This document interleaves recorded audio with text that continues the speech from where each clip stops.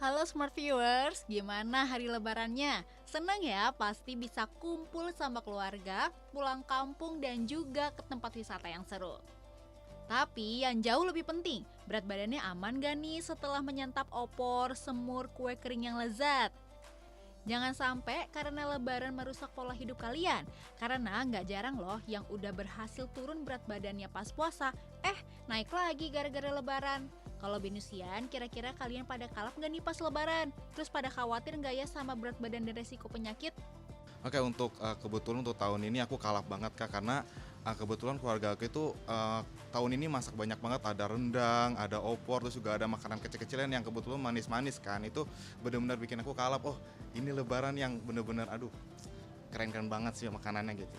Aduh, kalau untuk berat badan sih aku khawatir banget Kak, karena di sana itu aku bisa makan kebetulan 4 kali sehari, di mana biasanya itu aku 2 kali, dan itu belum tentu sama cemil-cemilannya kayak mungkin kue-kue kering. Itu sih Kak yang bikin aku khawatirin.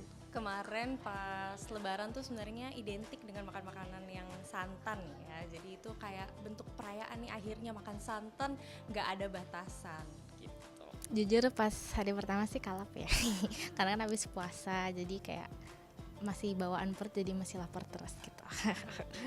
Pasti sih khawatir ya, karena kan lebaran tuh biasanya menunya santan-santan gitu, jadi sangat khawatir, apalagi juga habis puasa perut kosong, terus kayaknya kalau dihantem santan terus-terusan gitu jadinya kayak aduh takut gitu. Terus maksudnya di berat badan juga aku takut banget kan soalnya kan santan biasanya cepet banget ya kalau buat naik berat badan gitu. Terus kalau udah terlanjur kalap pas lebaran kemarin harus gimana ya? Tenang, jangan panik dulu. Karena ada ahli gizi yang akan ngejawab keresahan ini. Pertama kita harus kembali nih ke pedoman gizi seimbang tadi, di mana setiap kali makan itu setengah dari isi piring adalah sayuran sebagai sumber serat. Serat di sayuran inilah yang akan mengikat kolesterol yang kebanyakan tadi atau kolesterol yang tinggi. Jadi jangan sampai kita skip sayur ya, karena serat itulah yang akan menurunkan kolesterol.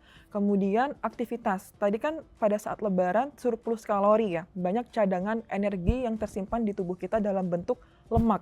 Kita bakar lagi tuh kalori yang disimpan di tubuh. Ternyata emang ya olahraga tuh kunci kesuksesan untuk mengembalikan stamina tubuh. Tapi yang lebih penting bukan hanya memperbaiki dari gerak fisik, tapi medical check up juga harus dilakuin.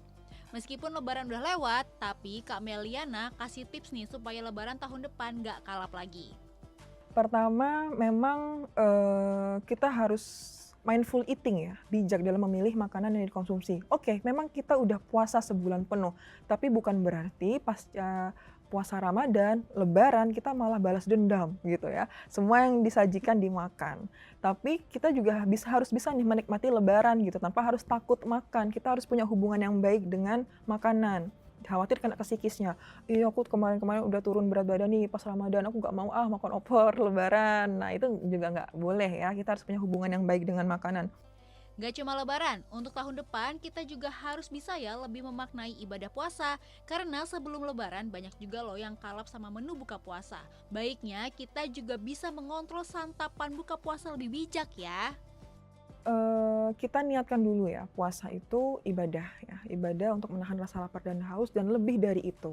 Ternyata banyak sekali hasil penelitian menyebutkan bahwa manfaat puasa itu banyak sekali yang ditawarkan, mulai dari kolesterolnya bisa jadi normal, gula darahnya normal, kemudian terjadi regenerasi sel-sel yang rusak gitu ya, udah kembali baru lagi.